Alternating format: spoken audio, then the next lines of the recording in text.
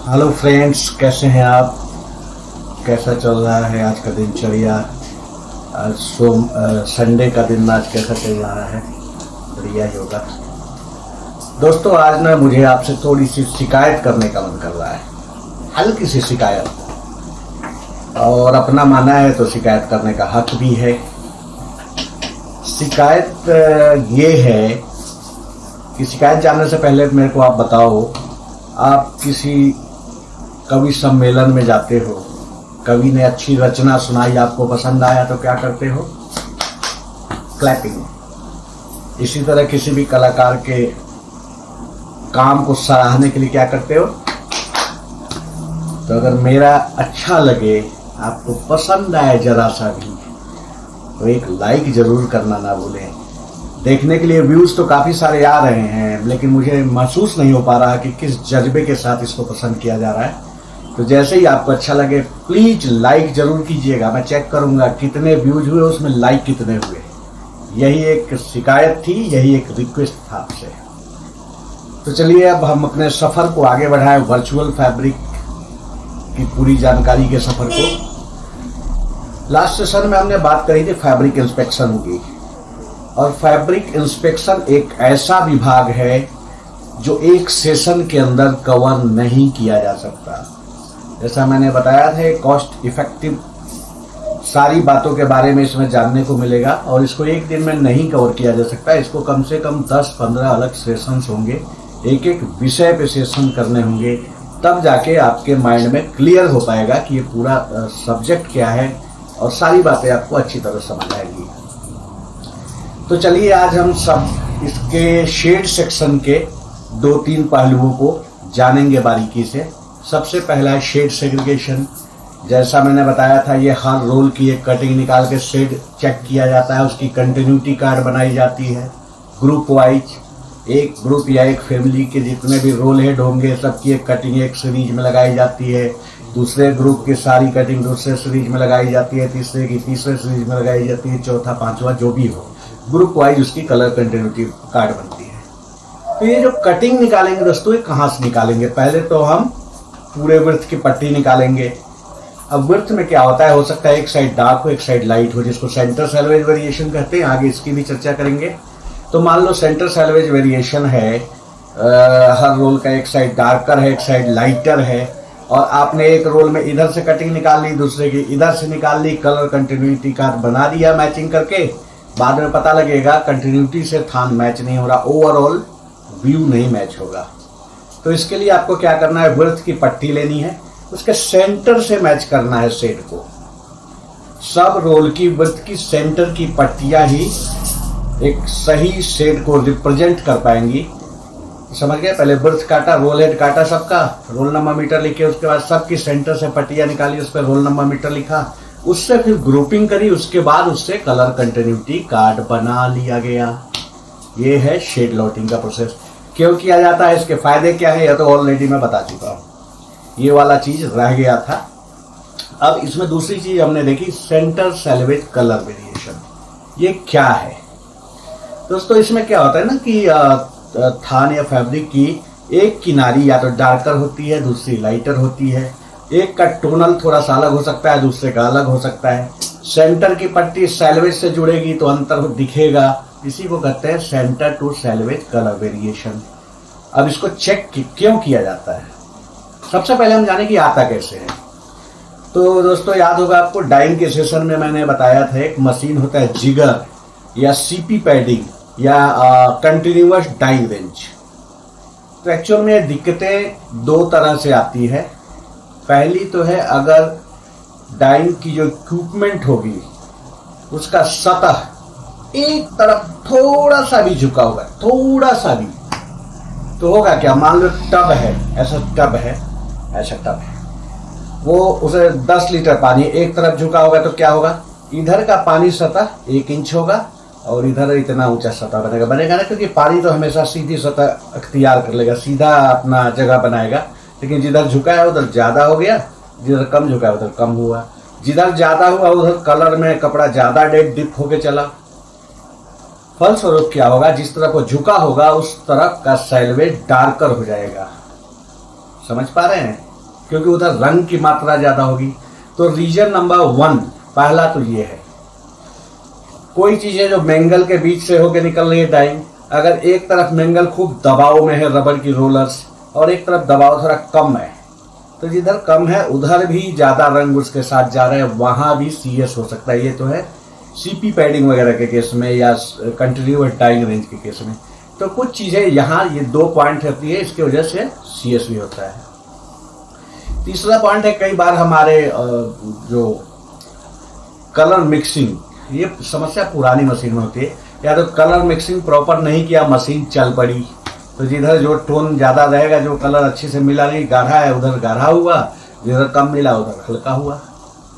उसके बाद क्या होता है, आजकल आधुनिक मशीन है सॉफ्ट फ्लो वगैरह, तो उसमें कलर का इंस्ट्रक्शन प्रॉपर मिक्सिंग करके अगर इंसर्ट नहीं किया तो ये दिक्कत आती है। आजकल कम आती है, आजकल टेक्नोलॉजी बढ़ने के साथ साथ ये दिक्कतें कम हो गई है, लेकिन मूल रूप से CS आने का कारण यही है। अब CS की जांच क्यों करते हैं? देखिए, इस गारमेंट इंडस्ट्री में एक पोस्ट होता है, एक काम होता है पैटर्न मेकिंग।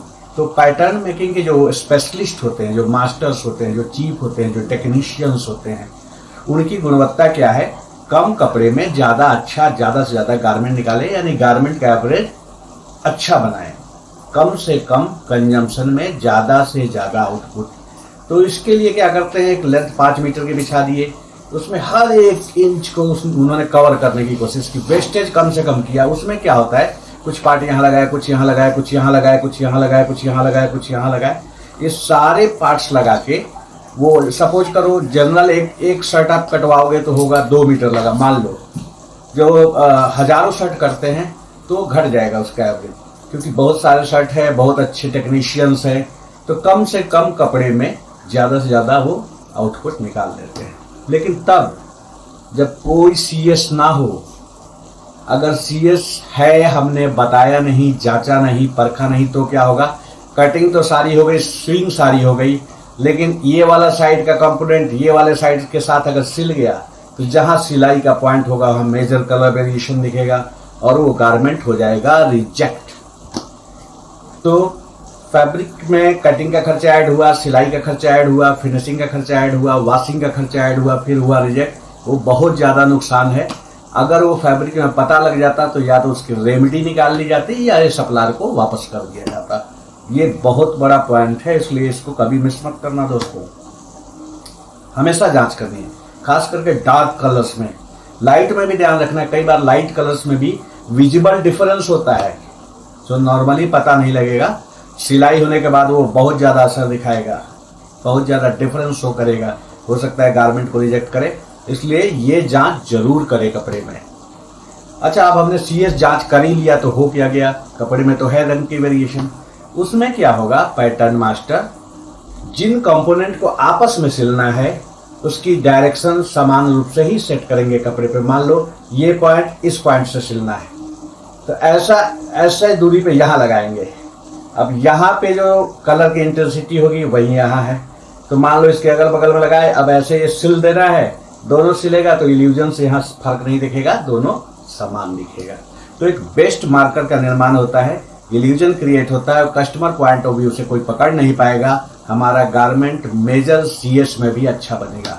लेकिन अगर CS क्रिटिकल हो तो बिल्कुल राय लेना ना मत भूले अपने सीनियर्स की, अपने क्वालिटी टीम की, अपने कटिंग हेड की, अपने प्रोडक्शन हेड की, क्योंकि उनको बहुत सारा अनुभव है, उन्होंने बहुत तरीके के कपड़ों पे काम किया हुआ है पास्ट में, तो वो देंगे सही राय। ज़्यादातर केस में क्रिटिकल CS वापस होता है रेक्टिफिकेशन के लिए, रिप्रोसेसिंग के लिए। ये हुआ CS की पूरी कहानी। तो CS काटते कैसे हैं, मॉक कैसे बना के देखेंगे। सबसे पहले एक पट्टी लेंगे, पट्टी पे लिखेंगे 1 2 3 4 5, साथ ही लिखेंगे उस पर रोल का नंबर और मीटर। फिर वो कट करेंगे, पांचों में बराबर दूरी में बांट के कट कर देंगे। Cut cut cut cut cut, 5 cut लगा दिए। अब उसको जोड़ेंगे 4 1 3 5 2, यानी 41 352 या 25 314। रीसफल कर देंगे, उलट पुलट करके फिर सिलेंगे। उसके बाद उस सिले हुए मॉक में, उसको मॉक बोलेंगे CS मॉक, उसमें जो जो डिफरेंस होगा दिखेगा, वो माइनर है या मेजर है या क्रिटिकल है, उसको देखकर अपने सीनियर के साथ साझा करके, शेयर करके, साथ में रिव्यू करके, देख के फिर एक डिसीजन बनेगा कि इसका करना क्या है, मार्कर बनवाना है अलग तरीके का या वापस कर देना है। तो ये तो हुई सीएस की कहानी। मेरे ख्याल आपको क्लियर हो चुका होगा पूरा। बाद में मैं स्लाइड से समझाऊंगा कि सीएस मॉक काटा और सिला कैसे जाएगा, कलर कंटिन्यूटी कार्ड कहाँ से काटा जाएगा, कैसे बनाया जाएगा। अब तीसरी समस्या है लेंथ वाइज कलर वेरिएशन। ये भी मैंने बताया था या नहीं, शायद बताया था ग्रिड के समय, पूरा डिटेल नहीं है। लेंथ वाइज का मतलब है एक कोई भी एक रोल, सिंगल रोल, क्या उसी के बीच में कलर का डिफरेंस तो नहीं है, स्टार्टिंग में कुछ और हो, बीच में कुछ और हो, अंत में कुछ और हो। इसकी जांच भी बहुत जरूरी है। अगर एक रोल में 3-4 इंटेंसिटी और बहुत लाइट डार्क के कलर्स मौजूद होंगे तो उसका शेड लॉट नहीं किया जा सकता, उसको बना देंगे लॉट रिजेक्ट। जिस रोल में, एक ही रोल में 3-4 तरह के शेड हों, उसमें लाइट और डार्क काफी ज्यादा हो, ह्यू या टोन का डिफरेंस हो, उसकी लॉटिंग नहीं करनी है, उसको सीधा करना है रिजेक्ट। क्योंकि इससे क्या होगा, जैसा हमने पहले बताया था, एक शेड एक स्टोर में जाता है, तो आप अगर उसको एक नंबर लॉट दे दिए, ए ग्रुप दे दिए, तो कटिंग होगी ए के हिसाब से, पैकिंग होगी ए के हिसाब से, लेकिन उस ए वाले रोल में ही तो 5 तरह के शेड है, तो फिर हो गई ना क्वालिटी की। तो इसको ध्यान में रखिएगा, लेंथ वाइज जरूर चेक करना है। तो लेंथ वाइज के लिए करते हैं कई तरीके हैं। एक तो हम पट्टियां लगा, स्प्लाइसेज एक के ऊपर एक चढ़ा के ऐसे चेक करेंगे थान फॉर्म में, वहाँ डिफरेंस पता लग जाएगा। जहाँ मेजर डिफरेंस है, एक पट्टी यहाँ से एक पट्टी यहाँ से काटे और सिल दिए। ध्यान रहे कि सैल्वेज साइड एक ही तरह लें, क्योंकि सीएस भी है ना। अगर हमने इस तरफ से पट्टी काटी इधर से और दूसरा छोर उधर है, तो स्टार्ट भी इधर लिखेंगे, एंड इधर वाले पे अपने सामने लिखेंगे, फिर उसको वैसे ही सिलवा देंगे। वो बना लेंथ वाइज वेरिएशन का मॉक। उस पर भी रोल नंबर मीटर लिखना ना भूलें, फ्यूचर में रेफरेंस दिखाना होगा तो आपको वही रोल ढूंढना पड़ेगा। तरीका नंबर 1 क्लियर। तरीका नंबर 2, अब अगर मशीन पे चल रहा है रोल तो फिर कैसे करेंगे, वहाँ तो स्प्लाइसिंग करने की चांसेस है नहीं। तो ऐसे में करना है दोस्तों, एक पट्टी आप स्टार्ट से काट लो, 10 मीटर मशीन चल गई, फिर वहाँ एक रख के पट्टी ऐसे देखो सही है नहीं है, ठीक है आगे बढ़ो, फिर 10 मीटर पर रखो सही है नहीं है, आगे बढ़ो, फिर तीसरे 10 मीटर पर रखो सही है नहीं है, आगे बढ़ो। जहाँ भी आपको गड़बड़ लगे कि 5-10 मीटर डार्कर लग रहा है, वहाँ से फिर एक पट्टी निकालो, पट्टी नंबर 2 30 मीटर पे निकाला, लिख लो, फिर आगे बढ़ो, फिर आगे बढ़ो। ऐसे 2-3 जगह से पट्टी निकालो, स्टार्ट मिडल एंड, या जहाँ ज़्यादा डिफरेंस हो उनको सिलो। लेकिन एक ही तरफ किनारी ए किनारी बी है, तो अगर किनारी ए नीचे रखनी है तो सबकी किनारी ए नीचे रहेगी, बी नीचे है तो सबकी बी नीचे रहेगी।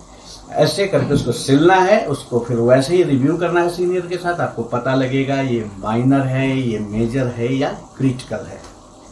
सीनियर्स हमारे अनुभवी होते हैं, उनको अनुभव है कि पास्ट में हमने क्या चलाया था जिसमें इशू नहीं आए थे, उस लेवल का वो बताएंगे कि गो अहेड करेंगे, इसके साथ आगे बढ़ सकते हैं तो आगे हम प्रोसीड करेंगे, अदरवाइज सप्लायर को वापस करेंगे रेक्टिफिकेशन के लिए, रीप्रोसेसिंग के लिए, देन सही होने पर ही हम यूज करेंगे। तो आज हमने जाना शेड, आज हमने जाना CSV, आज हमने जाना लेंथ वाइज वेरिएशन, आज हमने करी शिकवा शिकायत और मौका दे दिया आपको इन शिकायतों से उबरने का लाइक के साथ। तो आज के लिए इतना ही, बहुत जल्द फिर मिलेंगे, तब तक के लिए बाय बाय।